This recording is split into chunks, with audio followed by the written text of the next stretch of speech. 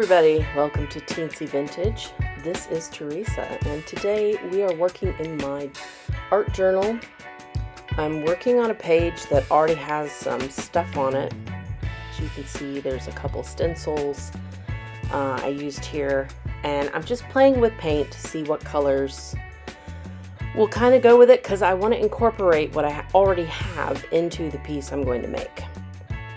So I'm starting here with some orange and just putting it down on the page, a little bit wet, a little bit dry, just to get a few different textures.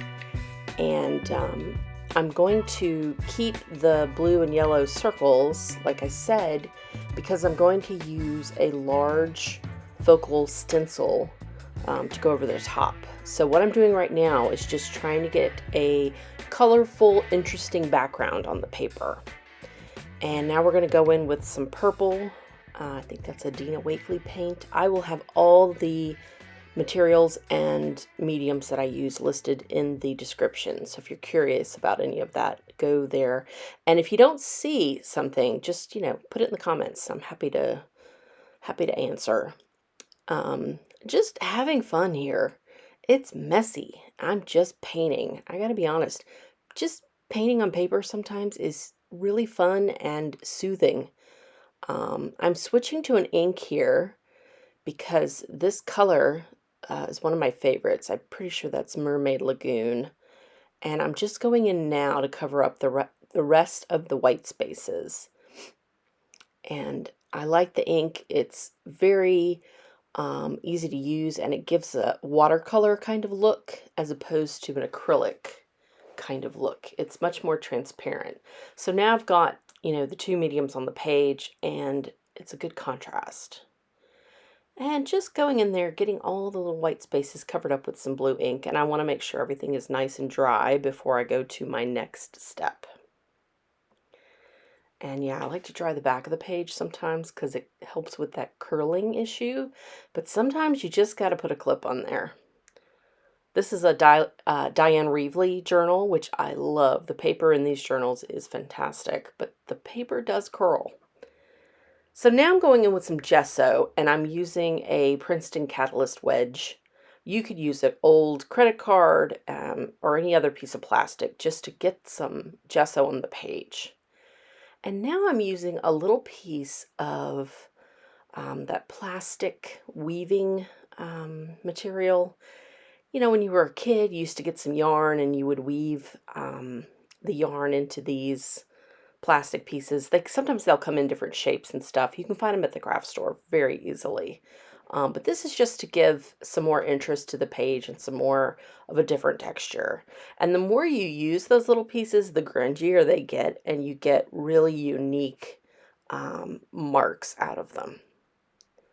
So now I'm going to dry my gesso layer and make sure everything is dry so that when I put my stencil down, it doesn't stick.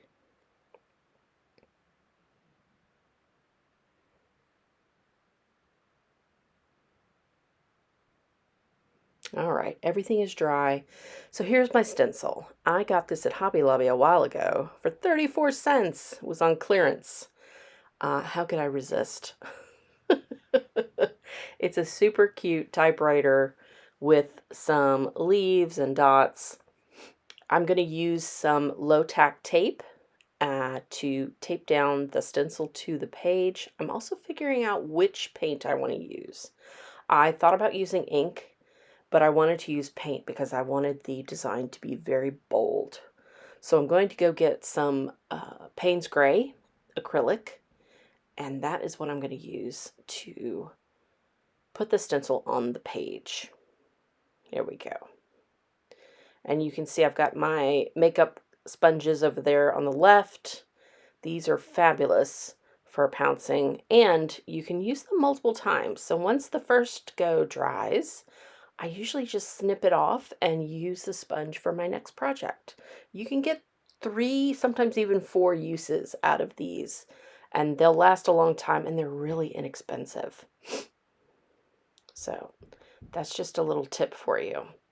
So this stencil has a lot of detail, so it took me a good while to get all of the spots covered in ink, or paint rather, and you want to be very careful and make sure you're holding down the stencil, because paint, as you know, can be a little sticky, and sometimes it can pull up with your sponge. So you can sometimes use your sponge and then come back, and once all of the paint is saturated into the sponge, you'll have a bit of an easier time. The newer the sponge, the more it kind of wants to stick to the plastic of the stencil. Or you can just be like me and just dive in and not worry about it. But if you are looking for very crisp, clean lines, you know, use it a little bit first, pounce it off on something else, and then come back and use it in your project. But Payne's gray is great. It's not black. It's more of a bluish kind of color, and I love it. And I'm just double checking to make sure everything is the way I want it to be, and it is. And there we go. All right. So now I'm going to go around the edge, since I still have a little paint left, with the Payne's gray, just to define the edge, kind of frame it out, and to mark up the corners just a little bit.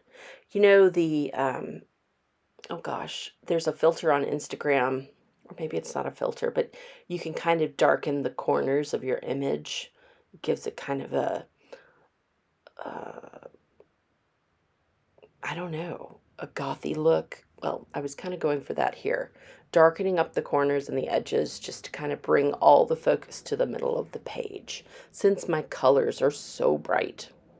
I'm also going to just zhuzh a little bit of the paint here and there. And I'm going to go back over some of the letters here with a Posca Paint Pen. Because it's a stencil, there are little lines of plastic that kind of have to hold the shapes of the letters together, so I just wanted to go and fill those in, and fill in some of the dots that didn't come out really well. Those dots were so tiny, it's just easier to go over them in Paint Pen. Just kind of clean things up and define things that weren't that defined. And there we go. Clean up our paint. And I also wanted to highlight the word own in the middle here. So I chose a pink Posca pen and put down a piece of paper just so I wouldn't smudge anything in case there was anything to be smudged. And I'm going to do a tiny bit of detail there and do a little bit of mark making, because that's my favorite. Okay, this is it. Super short. I had a great time making this. Really just get in your journals, play, have fun, and most of all, make your heart happy. All right, I'll see you next time.